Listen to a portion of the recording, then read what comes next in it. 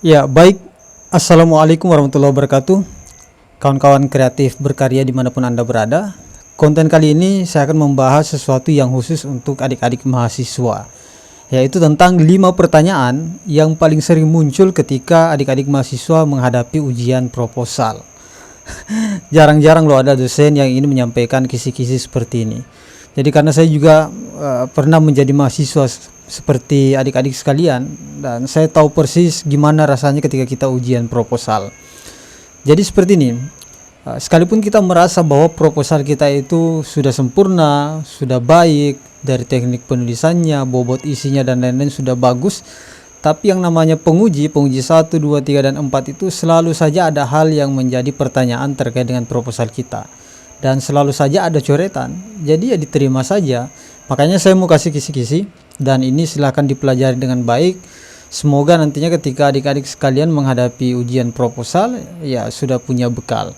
Baik, kita akan membahas 5 pertanyaan yang pasti muncul saat ujian proposal, entah apakah itu dari penguji satunya, duanya, tiganya, atau penguji empatnya. Yang pasti pertanyaan ini akan sering muncul. Yang pertama adalah, kenapa judul ini Anda teliti?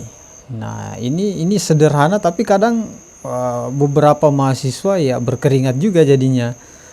Jadi blank juga ketika ditanya, wah kok saya ditanya, kok kenapa judul ini saya teliti? Akibatnya karena biasanya pertanyaan ini muncul kalau mahasiswa tidak mampu mendeskripsikan latar belakang penelitiannya dengan baik.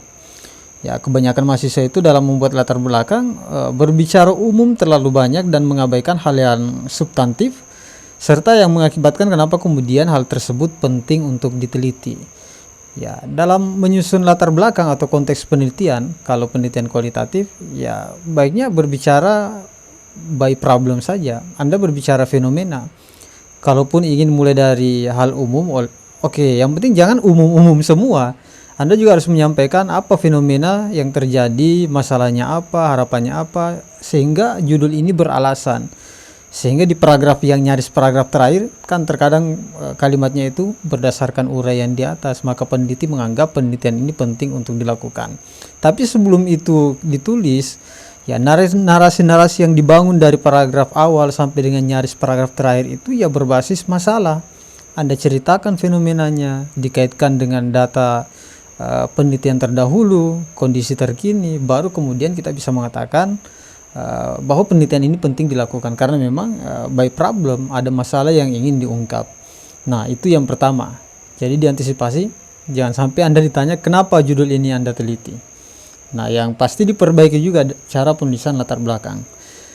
Kemudian yang kedua adalah, apakah rumusan masalah saudara atau saudari sudah representatif untuk menjawab apa yang menjadi judul pada penelitian ini? Karena tidak sedikit juga ternyata mahasiswa kita dalam membuat rumusan masalah itu ternyata tidak sesuai. Misalnya kebanyakan mahasiswa membuat rumusan masalah itu ditarik dari judul penelitiannya. Sebenarnya tidak apa-apa, tapi tidak sekaku itu juga. Ya, tidak mesti dari judul ditarik menjadi rumusan masalah. Yang pasti adalah rumusan masalah dipastikan bisa menjawab apa yang menjadi pertanyaan dan apa yang menjadi judul penelitian kita itu. Nah, rumusan masalah yang dirumuskan jangan sampai malah memunculkan masalah baru. Ya, seputar judul kita saja lah, jangan malah memunculkan masalah di luar daripada konteks judul yang ingin adik-adik mahasiswa sekalian ingin teliti. Itu yang kedua, silakan diantisipasi, dicatat. Nah, yang ketiga adalah nanti akan ada pertanyaan terkait dengan kajian tinjauan pustaka atau misalnya teori yang digunakan dalam penelitian ini. Nah, kita ketahui bahwa kajian teori merupakan salah satu hal penting di dalam sebuah penelitian, sebab hal tersebut menjadi sebuah landasan atau dasar dari sebuah penelitian.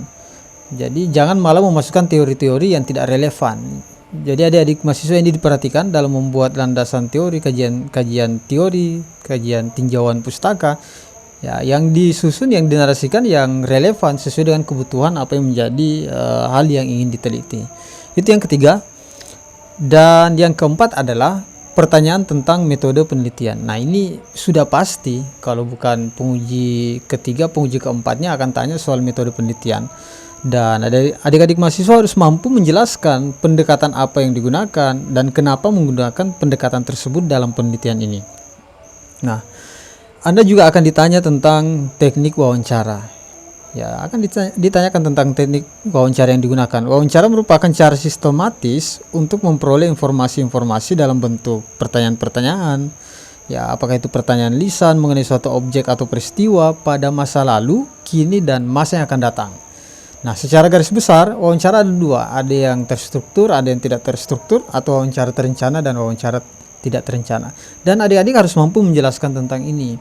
Nah, saya kasih saran juga, kebanyakan mahasiswa, adik-adik mahasiswa itu dalam membuat atau merumuskan metode penelitian itu tidak operasional. Semuanya definisi, semua definisi kualitatif, definisi kuantitatif, apa itu sampel. Padahal dalam menyusun di bagian metode itu harus operasional. Misalnya pendekatannya kualitatif. Kenapa dalam penelitian ini menggunakan kualitatif? Teorinya dari siapa? Referensinya dari buku mana? Kemudian persoalan informannya.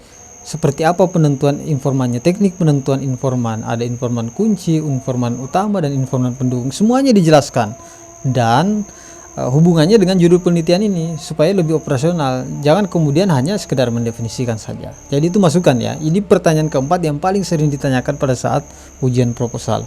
Dan yang kelima adalah berapa referensi yang Anda gunakan dalam proposal ini. Terdengar sangat sepele, tapi kalau Anda ditanya dengan pertanyaan ini dan Anda tidak punya persiapan dan tidak tahu rupanya referensi yang digunakan, ya kewalahan juga nantinya. Anda akan dianggap jangan-jangan proposal ini yang buat malah orang lain.